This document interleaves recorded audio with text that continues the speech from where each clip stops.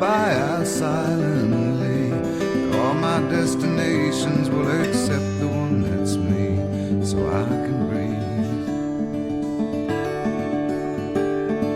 Circles they grow and they swallow people whole. After lives they say goodnight to wives they'll never know, and a mind full of questions. Dag, drenge. Hvordan går det? Ja, men jeg kan det hele, du. Ja. Bare spørg mig, jeg løber maraton, jo. Jeg er maratonløber. Jeg er jo siden af madkongen, der. Ja, Springer. Nej, for at glemme. Ja. Hvordan går det med rytmen og tingene? Stille og roligt. Livet går lidt nedad. Det forstår jeg ikke rigtig lige. Det er sådan lidt. Det er umiddelbart. Det er dejligt, men man ved godt, at det er bare en bjørnetjeneste. Ja, præcis. Så går det stille og roligt. Ja. Det er gået så længe endnu. Hvad er godt? Hvad er godt?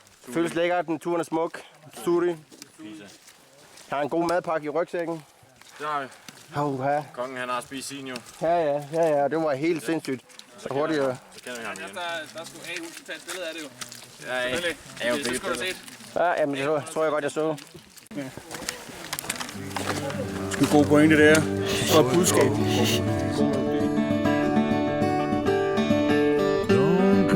Closer or I'll have to go.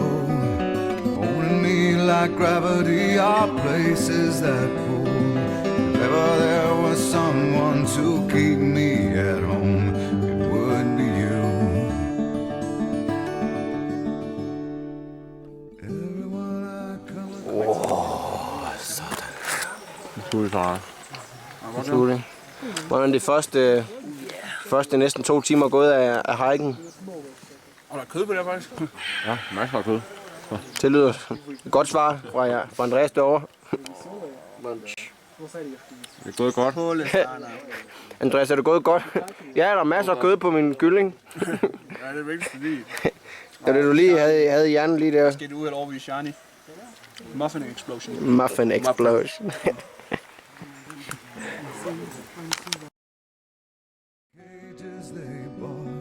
They think of me and my wandering, but I'm never what they thought. Got my indignation, but I'm pure in all my thoughts. I'm alive. Wind in my hair, I feel part of everywhere. Underneath my being is a road that disappeared. Late at night I hear the trees, they're singing with the dead.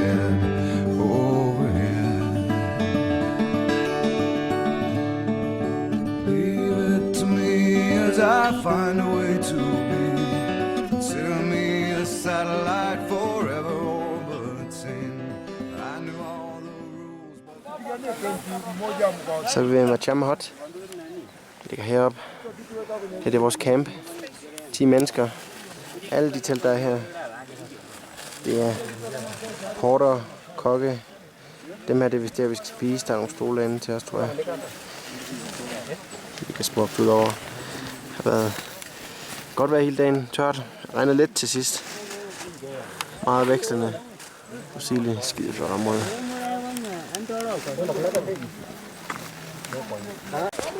Vores telte.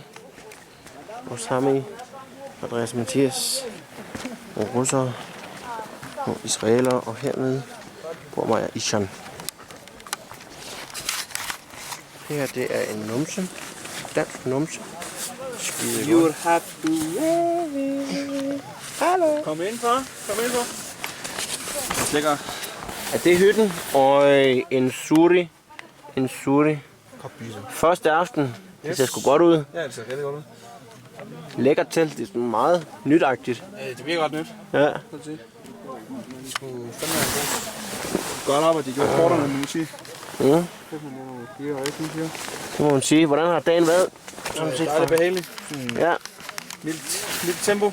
overraskende godt vejr, må man sige. Rigtig godt. Det regnede lige, da vi kom til Machame Hot, men det var så også det eneste. Ja. Det er lige for lige et kvarter. 20 minutter.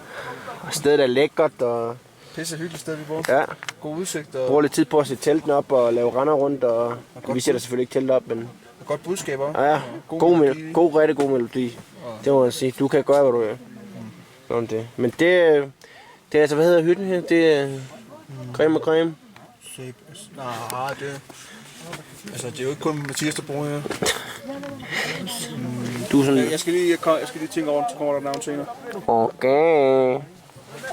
Bye bye. Her bor mig i sådan. Ikke for det hele, der er kun lige en madras indtil videre. Håber der kommer en ekstra, ellers bliver det tæt. Ja, det er godt. Sådan det.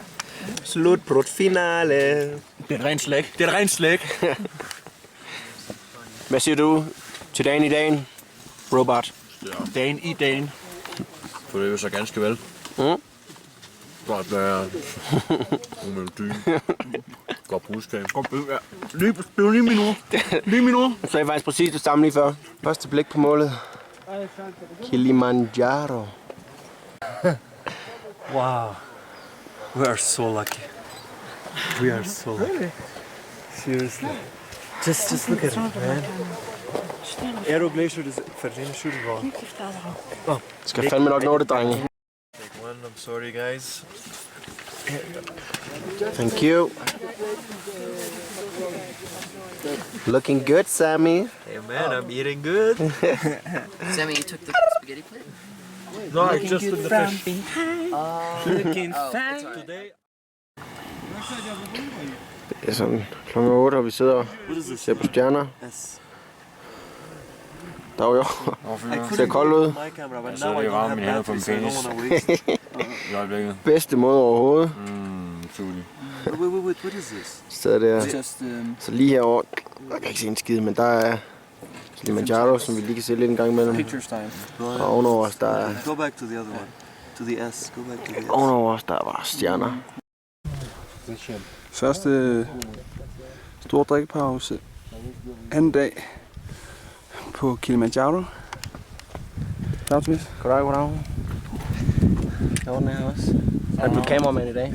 Få topfotografen. Sviger helt utroligt. Ser vi over skyerne. Det er Ja, svært. lige nu i 3.300. Vi har gået 300 meter i dag, opad. Vi har gået lidt under en time. Det er så første store pause her. Vi tæller med. Anden dag, vi skal op til Chirato og sove i campen i 3.850 eller sådan noget. Så vi begynder at komme højt op. Men indtil videre så er der ikke nogen, der er ondt i hovedet eller har det dårligt ved god vand. Det her, Godt budskab også. det her vejr, det går nok bedre, end vi overhovedet kunne tænke os. End nogensinde kunne forestille mig. Ja. Helbred det godt? Ja.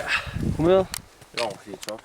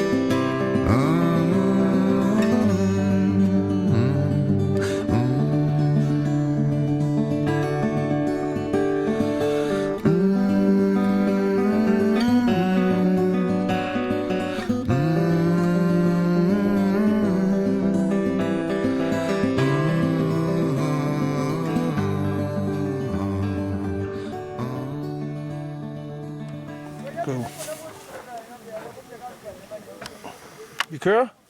Ja, goddag. Jeg er Tobias, det er Mathias herovre. Vi er 3 gave unge bjergklatrere, og vi er lige kommet til... Er I to det? Er I tre? Er I to sådan 3 gave bjergklatrere, eller hvad? Har du glemt en detalje? Har du ikke glemt en detalje? Har jeg ikke, sagde jeg ikke 3 bjergklatrer? Jo, men du nævnte det kun jer 2. Du sagde, jeg er Tobias, og det er Mathias. Vi er 3. Hvor er den tredje person den? Virkelig en kameramand, der afbryder meget. Så det burde... Det er lige måde. Det er ham her. Det er ham. Andreas Stamborg Jespersen, han er også en rigtig gæv bjergklatrer. Godt. Nå, det var bare det, jeg ville. Ja, og vi er kommet til et rigtig smukt sted.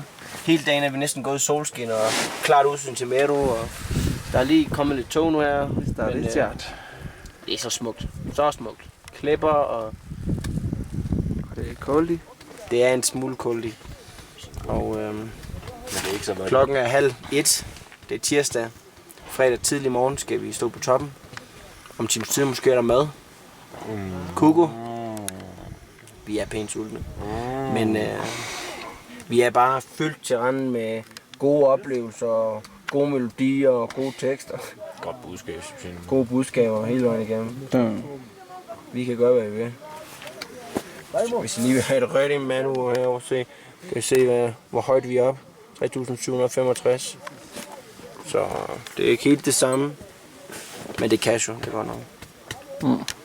Tak for tappen. Hvordan har du haft det i dag, Andreas? Fint. Mm? Ligesom en hovedpine nu. Ja, det går over. Har vi en hel dag her at vente til højden. Det bliver skide godt. Og morgen endnu højere op. Endnu højere. Hvad er det, vi skal sove i morgen? Hvad højde er det i morgen? Jeg tror, vi skal 4.700 eller noget? 4,5 eller sådan noget. Kunne jeg godt forestille mig. Vi skal ikke så højt længere op, men det bliver koldt, hardy, steepy, Everything. you know, dependy. According to... Ja. Men, og lidt regn. Ja, det er sådan skyer der. Det er enormt. Yes. Var det det? Det tror jeg var status for i dag. Vi vender måske lidt tilbage i aften med, eller senere med noget udsigt over hele campen. Sådan lige for at vise, hvordan det ser ud. Men indtil videre så er dagen godt beskrevet, synes jeg. Mount Meru. Nu er vi også anden camp. Shira Caves. Herovre spiser vi. Så er Andreas. Mega fantastisk. Og herovre har vi grotterne.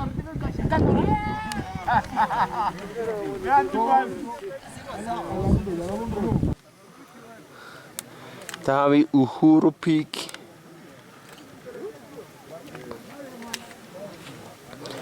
Bjerget Kilimanjaro. Arrow Glacier. Wow. Nå, så nok af det der. Slut. Det er vi ikke længere. Det er det foregår. Hvad sker der? Hvad sker der? Skal det, at det kommer... Hvad sker der, mand? Mr. T kommer ind. Hello, Tobias. Can you help me? Can you help me? Maybe. We have some blankets. Okay. Og det er der selv planlagt lidt at spille, og det... Can I borrow it? Ja. Værsgo, Mr. T. Nu er det fuldstændig taget patent på de kort der. Så nu er der ikke muligt for os at spille længere. Er du dernede? Jeg var lige nede og lige høre, hvad skal jeg her. Dem kan du ikke få igen. Der fik du en reprimande. Så siger vi så 10. 5 minutes. Africa time. Så der gik lige... Der skal man lige sætte en 0 bagpå. der gik godt nok lige 500 minutter, inden vi får dem igen. Sådan der. Ja, vi ser lige der. Det er verdens grimmeste hovedbeklædning. Hallo. Having trouble with the laundry. Ja. Det er ikke det, vi, med den her til vaske, så det er ikke det, vi snakker om. Det er ikke det, vi snakker om. Vi snakker om de grimme hovedbeklædning. Ja, det er Øko-5, der er ved at være stolt. Han bruger altid grønt snøre. Grønt snøre, meget grønt. Skal vi lige se, altså kan man overhovedet se toilettet derude i horisonten? Så ja, det kan man godt. Altså her, det er vores camp. Jeg spørger... Langt væk. Langt væk. Jeg spørger S. Ja, hvor tisser I henne? Jeg skal lige tisse der, ikke? Vi skal derovre. Ja, det gør vi herovre. Altså, nå, okay. Hvem er om bag Tænker lige busken? over ved nogle bakker Hvem er om der, bag busken? Nej! Jeg gik vi hele vejen over til Lokum der. Det var frygteligt. Det gør jeg aldrig igen. Aldrig. Det er ikke Og sådan er det.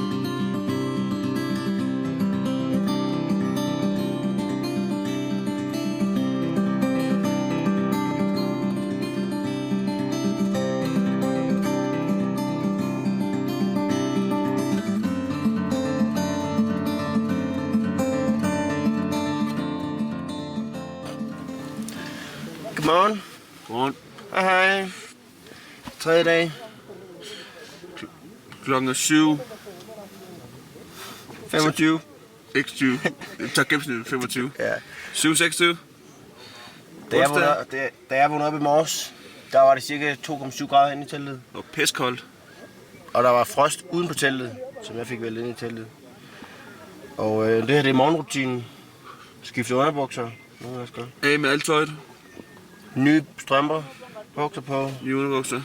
Det hele. Vi skal pakke sammen inden morgenmad, fordi når man kommer tilbage fra morgenmad, så er teltet altså væk. Og så kan tingene være ude. Ja. Men vi er friske. Ja, det er... Jeg sover fandme mærkeligt, altså. Jeg vågnede op... Jeg vågnede op i nat klokken et eller andet. Jeg troede, at 100% det var Sami, der lå ved siden af mig. Snorke sådan... Sami? Snorke, så tænkte jeg, det er jo Sami, han snorker, har vi hørt og sådan noget. Han har lige snedt sig ind i vores telt, skiftet plads. Så tror jeg også på et tidspunkt, så giver jeg... Snorke altså. Ja. Det siger du ikke. Så er vi enige. Det er så, men... Det gør du altså også. Ja, det er jo ikke sagt, jo. Nå, okay. Ja. Det skal bare, nu er det kameraet, der hører efter det, ikke? Sådan at jeg skal stemple som snorkeren. Okay, det kan du også godt finde ud af. Ja, godt. Så har vi pakket alt vores tøj hernede i soveposen. Nå ja. Foderen i soveposen her. Se. Der skal alle Lige lidt krydderi her. ting være. Dejligt varmt, når man vågner. Så er det lige lange soksen. Og så alt det, man ikke skal bruge i løbet af dagen, det skal ned i Den her. Eller ham her, det er min. Yes. Og så har vi rygsækken her. Der er det, vi skal bruge i løbet af dagen. Og så går man ellers bare. Ja. Så lige der lidt krydderi her til sikre hælen. Nu ser vi, det virker. Hallo. Toast. Og så skal vi have morgenmad her klokken 5 minutter. 4. Skal vi lige skynde os. Jeps. Men ja, det er morgenrutinen her på Kilimanjaro og Villa Guesthouse. Villa Guesthouse. The Love Tent. Det er gast, nej. Ja. Ja, hej.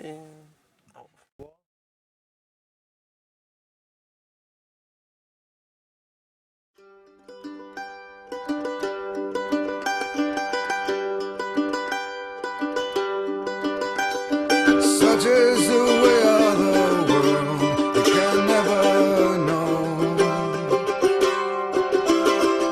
just where to put all your faith and how will it grow. Gonna rise up, burning black holes and dark memories. Gonna rise up, turn mistakes into growth.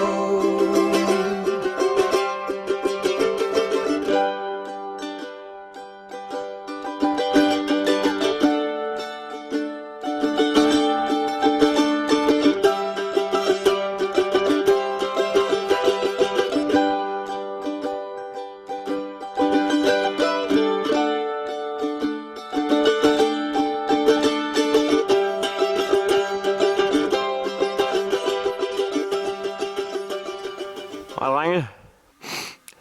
Går det godt? Rigtig godt. Rigtig. Hovedet har det super. Snakken kører. Kører. Stemningen er god, og der er et godt budskab. En suri. Så det er rigtig godt. Ja, men det er svært at sætte ord på, hvor smukt det er. Kan vi lige få en højdestatus? En højdestatus, yep. Der kommer lige om 2 sekunder. Højdestatus hedder 4.315. Det var ret til. Der var lige nogle hollænder, der spurgte om det ikke var ved at være tiden til en gammel dansk. Ja, det ved de nok være. Klokken er 8 minutter over 11 nu. Og vi forlod for 2 timer og 6 minutter siden. Del.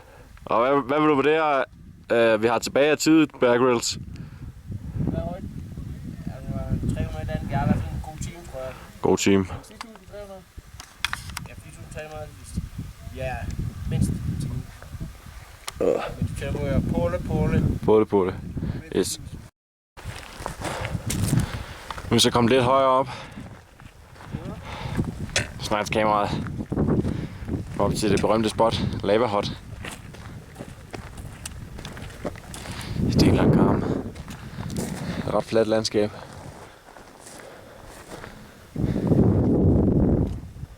Kilde heroppe, der er blevet overskyet i mellemtiden.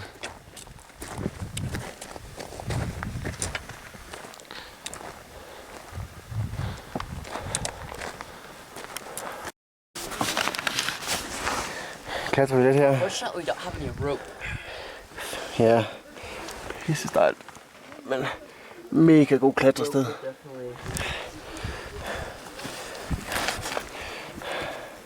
Langt ned. Wow. De kigger virkelig efter os dernede. Hihi. Alright, so getting down.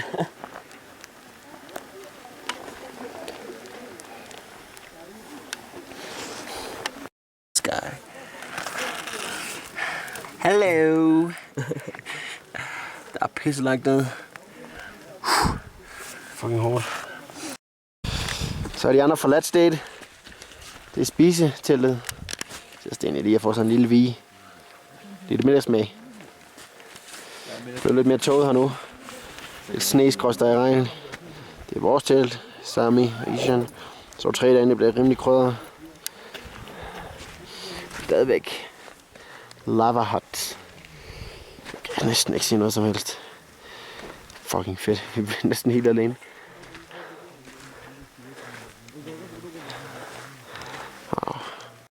Hello, Sammy. I'm winning this game. No, you're not. How much you have? 16. Oh, okay, I'm second. Okay, 36. What about you? Well, my body's just exploded here. Big shark! Yeah, it must be like Wait, what was I at last? Like 44? Yeah. 45, 46, 47, 48, 49, 50, 51. Oh. We're happy. We're happy. We're happy. We're good guys. Hakuna Matata. All right, Hakuna Matata. you still have.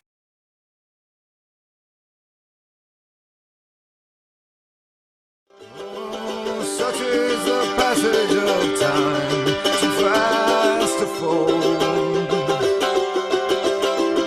Suddenly swallowed by signs, lo and behold. Gonna rise up, find my direction magnetically. Gonna rise up, throw down my ace in the hole.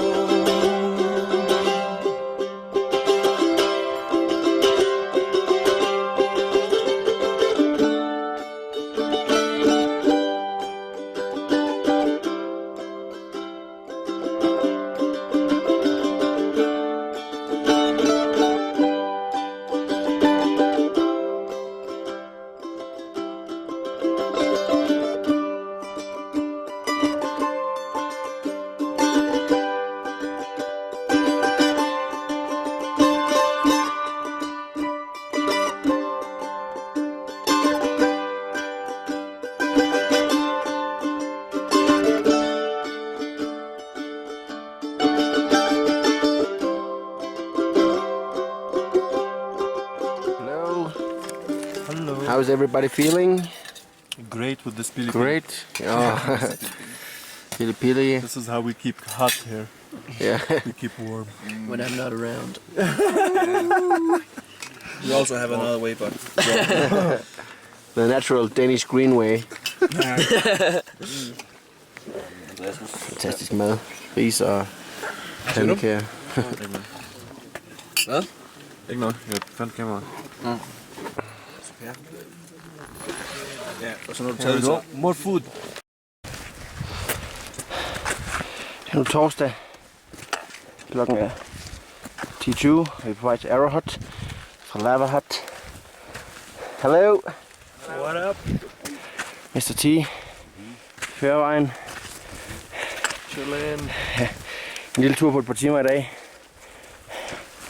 Op til 5.075 fra 4.600. Så er det i morgen tidligt klokken 8:30. Vi står på toppen af Kilimanjaro.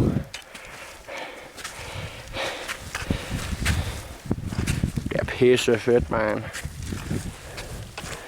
Knokle. Døde med en lille smule hovedpine. Men ikke så meget, så det er kritisk. Det er så varmt, koldt, at man skal please på, men når man går, så lige får man sveder lidt. Det er fandme fedt. Hver eneste morgen har der været skyfrit op ved Kili, så vi beder til, at i morgen bliver samme sag.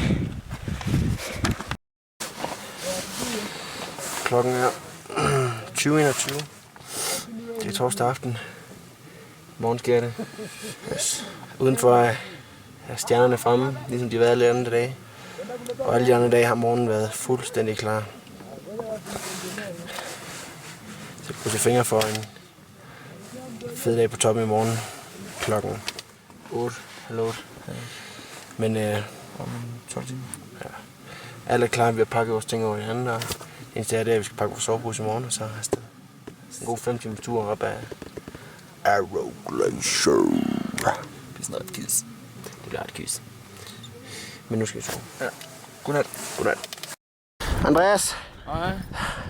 Vi går midt på Arrow Glacier. Klokken er 3:46. 5.120 meters højde. Stanley går deroppe. Og det er mig. Yeah! Pisse fedt, man. Hello, Ishan. Up. Yeah, wanna suck on my tube again? No, I'm securing my O2. Okay, good. Ja. Hej, drenge. Så er solen stået op. Hallo, Mr. T. Hakuna Matata. Hakuna Matata. Hallo, Sami. Yo, what up, big boys? Woo! What is going on? Fucking good.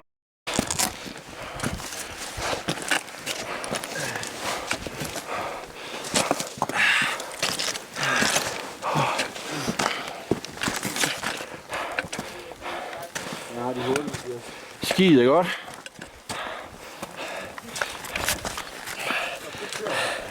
Woo! Så er vi snart være oppe på kanten, og så er der ikke så langt igen. Pissefedt.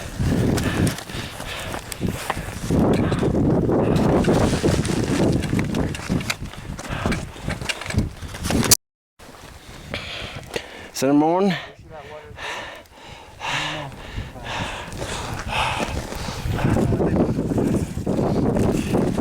der skal vi herned mod toppen.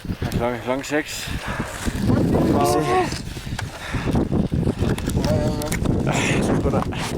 Klokken er 5:06, og vi er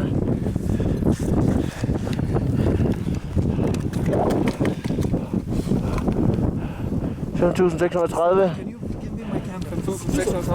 Ja. Ja, tror jeg. Ja, solen stod op. Lige lidt glitcher der ved siden af.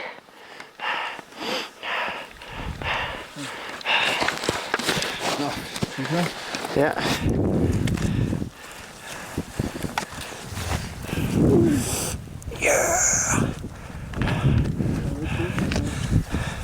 Hvad?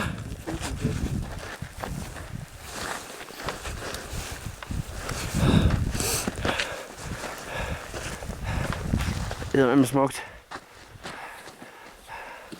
Hold da kæft. Og ham der Hurupik.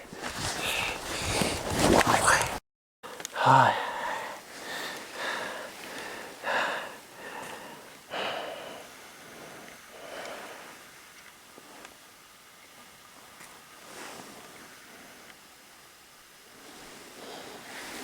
Fantastisk udsigt. Jeg har 20 minutter fra toppen, cirka. Klokken er lige ved 7. Men lige siden begynder skyerne at komme, så der har det ikke skide godt. Jeg har alle sammen haft lidt hovedpine. Men så tæt på toppen, så gør det sgu ikke så meget.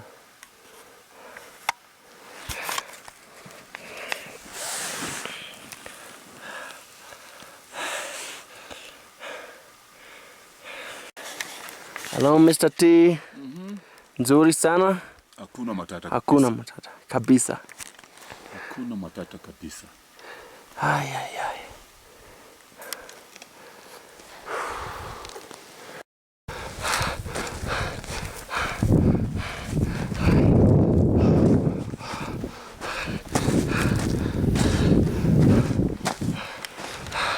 Op mod toppen. Hej det.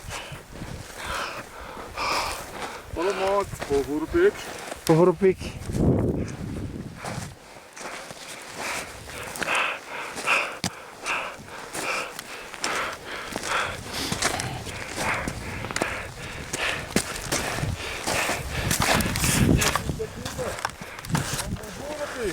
På Hurubæk.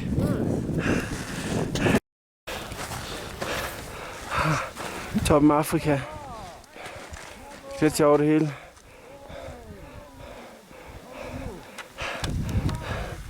Her har vi Andreas. Mount Meru. Fuldstændig klart billede på Hurubæk.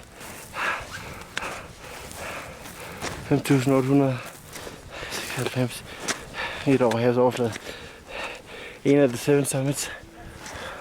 Toppen af Afrika.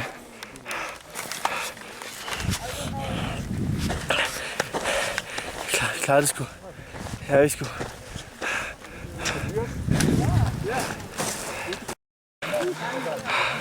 Trafikpop på toppen af Afrika. Det er desværre, så er Afrika kommet ind, og alligevel så er der sindssygt mange mennesker.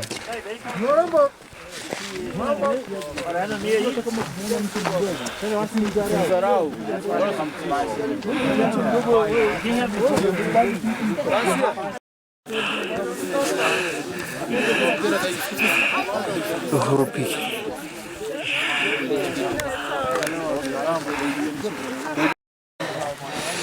Hallo. Hallo.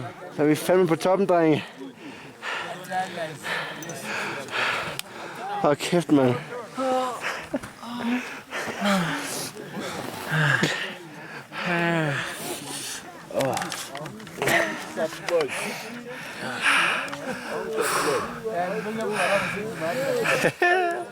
Det er fandme sindssygt. Drenge, slidt dag på toppen af Afrika. Yeah.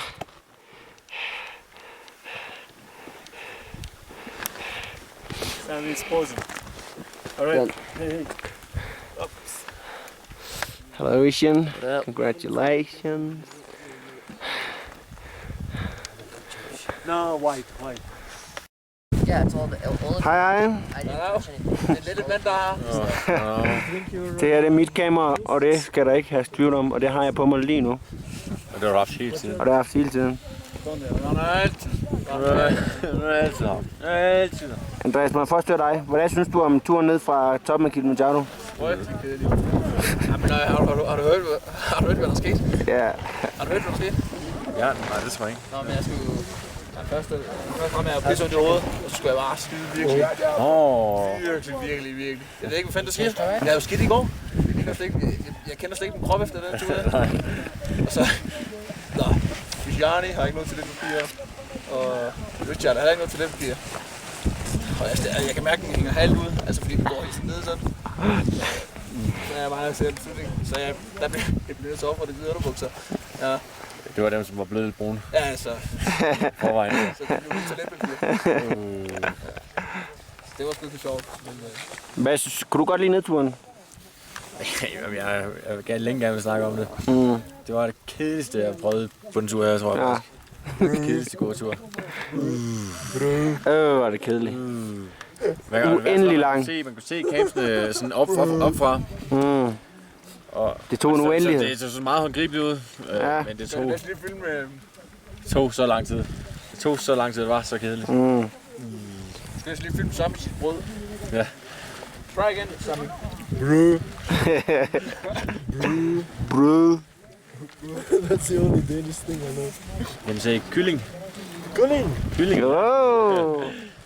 Kylling. What's the famous word you say? The sentence? Brød med fløde.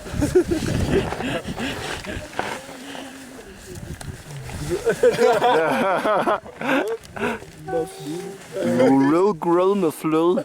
Brød med fløde.